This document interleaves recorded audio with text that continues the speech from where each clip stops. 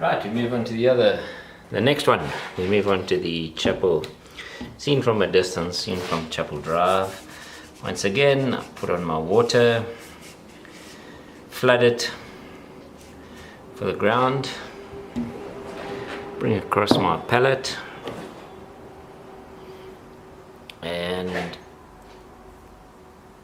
just flood in the green. Notice I'm going over the lines, I'm not too worried, and the sort of more I go, the less there is of the green.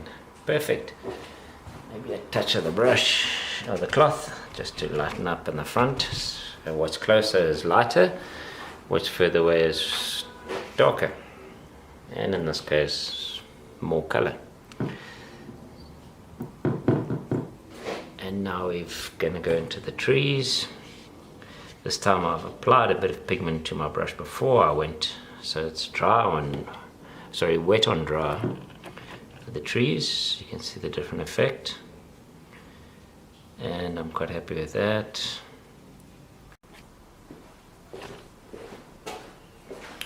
Right, now that the sky is almost dry, although we could have carried on, since we're going to be doing the next area which is far away and the two can't bleed together. When you put wet next to wet, it's going to bleed into, the two colors are going to bleed into each other. So obviously I don't want to do this area yet because it's not quite perfectly dry. So we're going to focus on the grass. You'll see once again using a standard green. I put the green in, and using my large brush, got my bowl of water. I'm just going to bang in. Just want to get my water to the right color, but I'm still using a very muddy water. I don't like to clean my water and use perfectly clean water. I like my colors to get a little bit more muddy, so they're not just perfectly tube colors. Okay, so I'm going to apply the water to where I want the green to go. Put some thicker water on here and there. Notice the paper will warp. I've managed to, my first brush stroke was to get some liquid stuff so it's not too dark, and apply some green to the grass where the grass is, and put it on really thin. It's important that you put it in layers, and because trees also have a bit of green in them, I'm going to break into the green there. You'll notice there's going to be some bleed that is going to happen in my sky.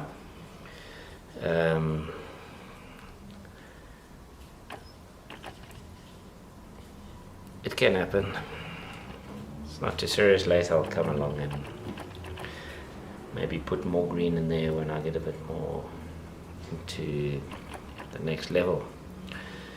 And here we go with a bit of green. We can see the green is breaking in here. And notice I'm using the flat side. I'm using a flat brush, very soft flat brush, beautiful brush. And I'm using flat and thick side to create the effect I want.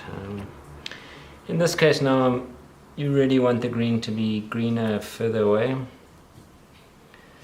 and not so close. But also, you know, you've got to get your cloth. Mine was in the way.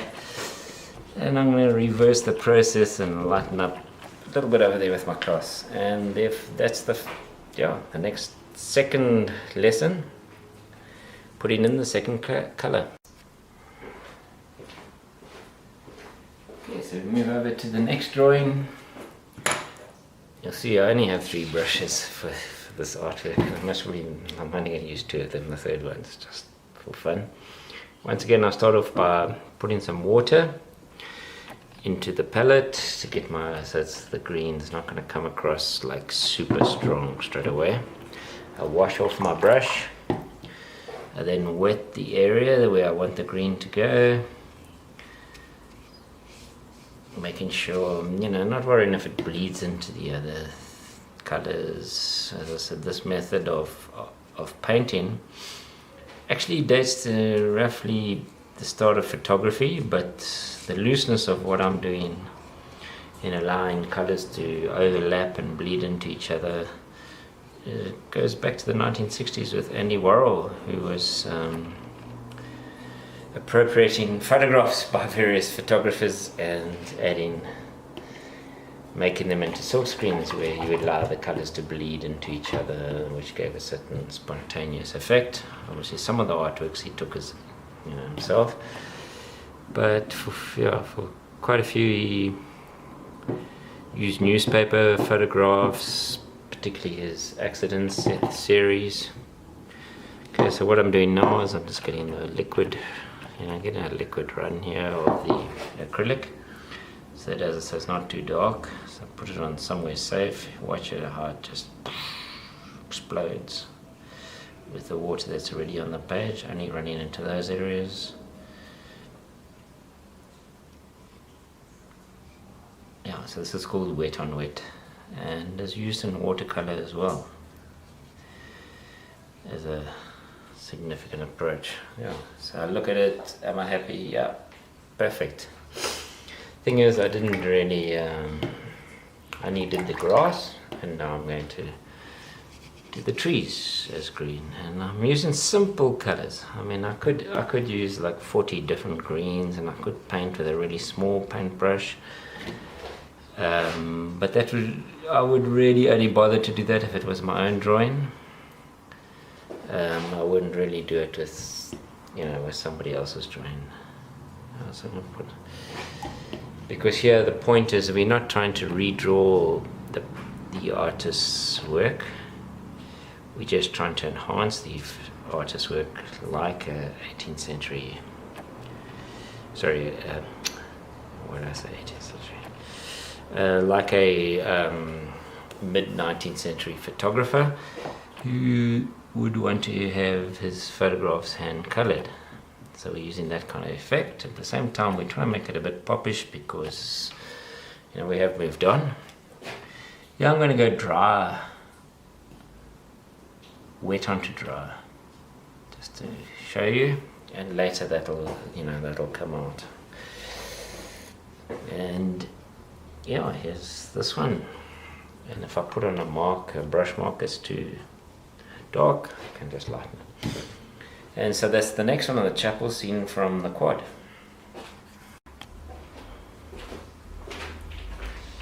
We're moving on to the fourth drawing of these series of prints by Kennedy, and basically he made these pencil drawings in 1998, I think it was, and somebody made these prints of his drawings and gave them to the school, a whole pile of them, and so now what we're doing is we're making these colored images in a methodology that echoes what Warhol did, and Rauschenberg, the neo-pop artist, Warhol the pop artist, Rauschenberg the neo-pop artist. What they did in the 1960s. And I think there's a relevance to that because it opens the question of appropriation, I think, which is what they did as artists. And so we've appropriated this artist's work, and now we're making it into our own, but we're not denying that it's his work. We've got his signature there, and we're just going to add our signature then, but we'll get to that later. And yeah, so we're adding colors, in this case I'm adding basic colors, the primary colors of light and the primary colors of pigment. And at this point we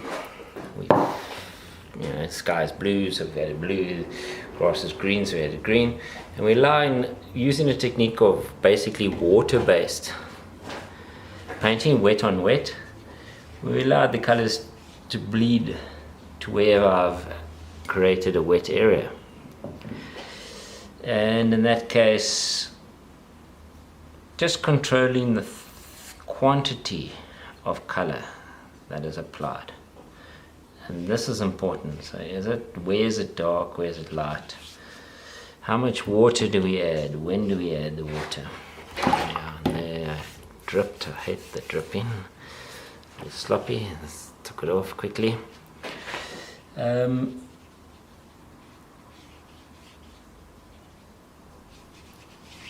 We add in a whole new dimension to these 4 prints.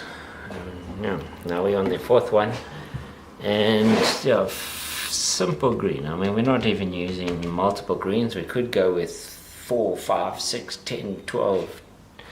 Now let's go up and sort of square root 4, 8, 16, 32, 64, 128. Go up in terms of the amounts of the different types of green, but just using water, the thickness, the transparency of the color that we're using, we're able to get quite an effective work. And we're allowing the colors to bleed out in terms of they don't follow the drawing exactly. They bleed away from the drawing, but we're not worried about, we haven't yet got into bleeding colors yet. So at the moment we're just bleeding